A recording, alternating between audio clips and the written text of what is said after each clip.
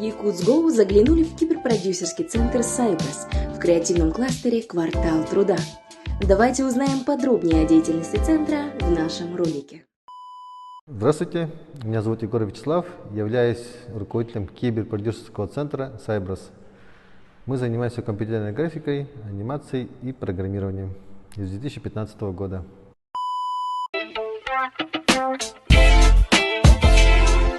С 2022 года мы стали резидентами креативного кластера «Квартал труда», где будем заниматься обучением подрастающего поколения из взрослых основам компьютерной графики, видеомонтажа, создания трехмерных моделей. Да, в чем отличие продюсерского центра от школы? Школа – это то место, где получают только знания. Дальнейшая реализация зависит от самого ребенка. В продюсерском центре уже можно брать детей с навыками и их продюсировать, да, соответственно, продвигать их самих, либо их проект. Также продюсерский центр имеет еще тоже образовательный модуль, он может быть упакован тоже как IT-школа, не знаю, в любом формате. То есть во всех продюсерских центрах есть блок, где проходит определенный процесс обучения. Наша задача – это обучить навыкам цифрового производства. В цифровом производстве, если говорить про геймдев, то есть разработку игр, да, то она как минимум состоит из 6 основных этапов, которые тоже можно делиться. Это программирование в первую очередь, да, на языке Lua. Почему мы именно выбрали Roblox? Потому что входной порог туда очень низкий, и это та ниша, которую дети очень хорошо изучили, лучше, чем взрослые. Они в него играют, они знают, как там монетизироваться. Их научить разрабатывать игры именно вот в Roblox. Roblox уже стала больше, чем просто платформа или просто игра, она уже начинает превращаться в метавселенную. Первую группу мы уже отучили, и результаты очень хорошие. Дети сейчас уже, закончив обучение, уже самостоятельно дома разрабатывают игру. Это то, чего мы добивались, то, что мы хотели, чтобы у детей глаза загорелись, и они в дальнейшем разрабатывали. Опубликовав свою игру, они могли зарабатывать в Roblox. Почему именно киберпродюсерский? Да? Потому что мы говорим именно только о цифровых продуктах, то есть о цифровых площадках. Если мы говорим про игру и так далее, то мы в целом на все это можем смотреть как площадку цифровую. Социальная сеть, там, да, как видеохостинги, YouTube и так далее, да, это все цифровые платформы. Этому всему можно научиться разрабатывать за довольно короткий срок. Потому что основная масса людей, хорошо это или плохо, я пока не знаю, но они воспринимают так называемый примитивный контент, то есть однотипный. То есть как бы содержание немного схоже, да, но контент немного отличается. Даже можно делать с помощью нейронных сетей. Этому тоже можно научиться, это тоже мы будем преподавать. Сейчас мы набираем детей по 10 человек в группе в Roblox, и основной упор делаем мы там на программирование, немного на анимацию. Мы не забываем рассказывать о других профессиях, которые связаны с разработкой, как гейм-дизайнер, левел-дизайнер, текстуровщик, риггер и так далее. И все эти профессии довольно востребованы. Летний лагерь у нас длится 10 рабочих дней, то есть 2 недели, с утра до вечера. Играют дети в компьютерные игры, потом учатся, потом перерыв с активными играми, потом питание, потом опять обучение, потом опять немного поиграют. Детям так нравится. Пока школьники, но мы для взрослых готовим. Для взрослых мы в основном с кино и рекламы готовим курсы. Создание контента для социальных сетей, это медиа-контент. Эти курсы у нас будут партнерские. Совместно с другими студиями, совместно с экспертами, которые говорят о себе, что огромный опыт в этой сфере. Летний сезон он такой сильно рабочий. Мы думаем ближе к осени, в сентябре или в октябре.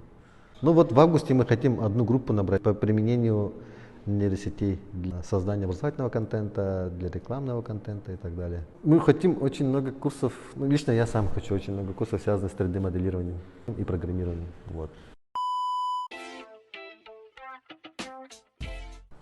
По-разному. Я думаю, от интенсивов до дневных интенсивов на несколько часов до месячных курсов. Это все будет зависеть от темы и от загруженности наших экспертов, получается, то есть наших друзей. Есть очень много крутых ребят по анимации, из сферы кино есть очень много крутых ребят. Но они все поголовно говорят, не сейчас, не летом. Но один программист, Сергей Башев со Skillometer, сказал, давай в августе что-нибудь попробуем по искусственному интеллекту, то есть по нейросетям. На самом деле мы как мужики хотим, конечно, больше как-то для мужчин технически сложных, да.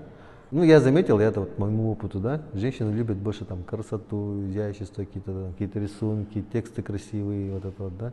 У мужиков грубо, взял какой-то скрипт, написал его, сайт заработал, какая-то сырымка у него есть, еще что-то Вот это это присутствует, да. Приглашаем других экспертов тоже. Если есть кому-то что-то рассказать, приходите к нам, говорите на какую-то тему. Если она соответствует нашей политике, то мы не против. Пусть рассказывают, показывают, учат. Как бы компы есть, компы мощные. Нам его предоставил квартал труда. Нам сейчас очень сильно помог на старте, да. Ну вот, видите, там 20 компьютеров стоит. Хороших, мощных, игровых, которые потянут любую графику трехмерную, да. В принципе, там можно даже рендерить. Мне всегда нравятся вот эти вот иммерсивные проекты, да, то есть VR-проект. Последний проект, мы там тоже одну идею пробировали. К нам обратился музей и сказали, можете нам сделать какой-нибудь VR-проект, чтобы дети к нам в музей ходили, а то детям у нас скучно. И мы там по рассказу Феи Сметанина Михаила Чамбулчут разработали игру, где он на берегу озера палкой должен попасть в уток. Да? То есть мы когда пришли туда, мы его установили, позвали детей. Дети по 2-3 раза ходили. Они как бы даже начали друг друга, типа, да я, забирать друг друга. Были проекты концерном Калашникова, мне запомнился, да. Нам заказали визуализацию гибридного станка, и внутри есть, получается, отсеки, которые собирает автомат с нуля. Все на 3D принтере внутри печатается, все детали, да, мелкие, и она сама там его собирает с помощью промышленного робота внутри. А мы были в шоке, конечно.